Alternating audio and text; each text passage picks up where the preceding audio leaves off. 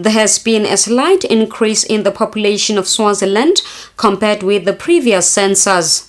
This year's census shows that there are 1,093,000 people in Swaziland, which shows a 0.7% increase compared with the previous census. The Prime Minister, Dr. Sibusiso Dlamini, was represented by the Deputy Prime Minister, Senator Paul Dlamini, during the launch of the preliminary findings. We have a report. The 2017 census has been completed successfully. The first census was conducted back in 1956, and this year's results shows a slight increase compared with those of the past 10 years. The report of this year's census shows an increase in population, as it shows that there are 1,093,000 people, 238 in Swaziland, which shows a 0.7% increment compared to the past 10 years. The Prime Minister, Dr. Sibusiso Dlamini, who was represented by the Deputy Prime Minister, Paul Dlamini, thanked the nation for cooperating with those who were conducting the census. He also commended the hard work by the Central Statistics Office and the use of technology in this year's census. Among other objectives, the 2017 population and housing census is expected to provide valuable socio-economic data for monitoring progress and achievement in Vision 2022, the National Development Strategy, and a host of other sectoral development frameworks, including the provision of data for the Swaziland Development Index, SDI, and Agenda 2030, the United Nations Inspired Sustainable Development Goals. The 2017 census was the first census in Swaziland in which mobile technology was used for the collection of information. The answers to the census questionnaires were directly recorded on tablets. This revolutionary change significantly improved efficiency in the monitoring and evaluation of daily progress and the overall conduct of the census, as well as enabling follow-up with the field staff. The Minister of Economic Planning, Prince Hlangu says the increase in population will have an impact on the economy in one way or the other. The 2017 population and housing census provides data on characteristics of persons and housing types at the lowest administrative levels. Subsequently, information collected from the census will provide for programs in education, health, housing, and many other social services at all levels of governance. In addition to this use by government for policy-making, planning, administrative purposes, and elections, the information derived from a census is also very useful to the private sector. The Deputy Prime Minister, Paul Dlamini, then launched this year's housing census preliminary results book. For Swazi TV News, I am Kian MCB. Let's move ashore at the Mountain Inn, Babane.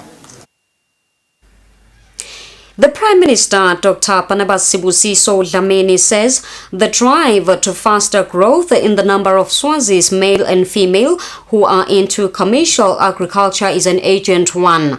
The Prime Minister was represented by the Deputy Prime Minister, Senator Paul Dlamini, at the Woman Farmer of the Year Awards at Riders Ranch in Sitford. We have a report.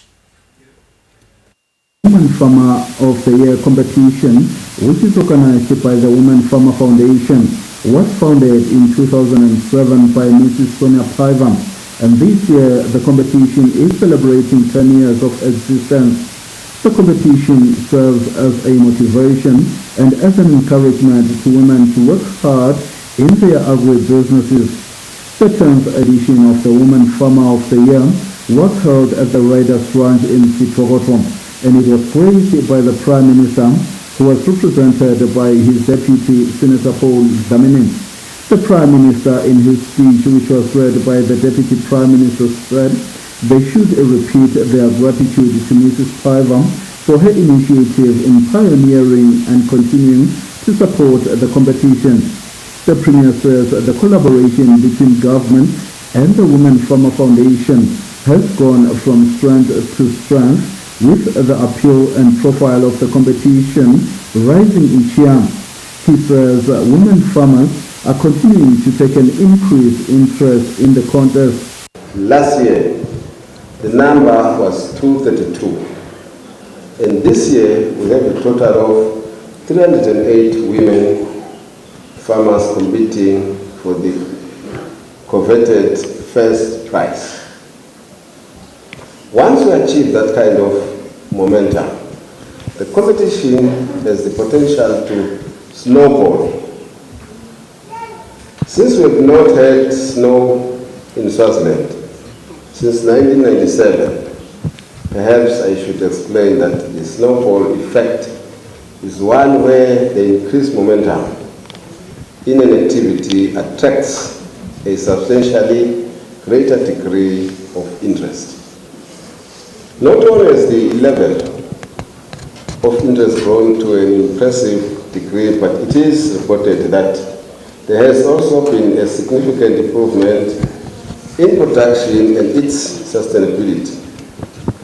This is a fair reflection on the effectiveness of the collaboration between the Ministry of Agriculture and the Women Farmer Foundation. Yet, while we are rightly celebrating the increase in the number of entrants in the Women Farmer competition, this does not tell us anything about the total number of women in farming in our country. The number, while not qualified, is known to be huge because our women are highly committed and productive workers, and in many cases, the sole providers for large families that often include orphans and vulnerable children.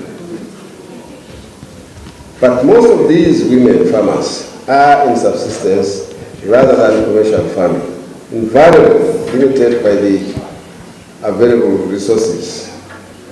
Securing the transition from subsistence to commercial farming on a large scale is one of our foremost national challenges. Encouraging and helping to facilitate the move into commercial agriculture is, therefore, a primary strategy of government. The Prime Minister said in the light of the recent drought, Swazies and especially farmers must treat this as a new era of water conservation and view water as a commodity as precious as life itself. And he urged everyone to use water with caution, with its conservation always prominent in everyone's thoughts, and that they must use the most resourceful techniques in water harvesting. Reporting for Swazi TV News, I'm Census Ngubane, Sipogotong.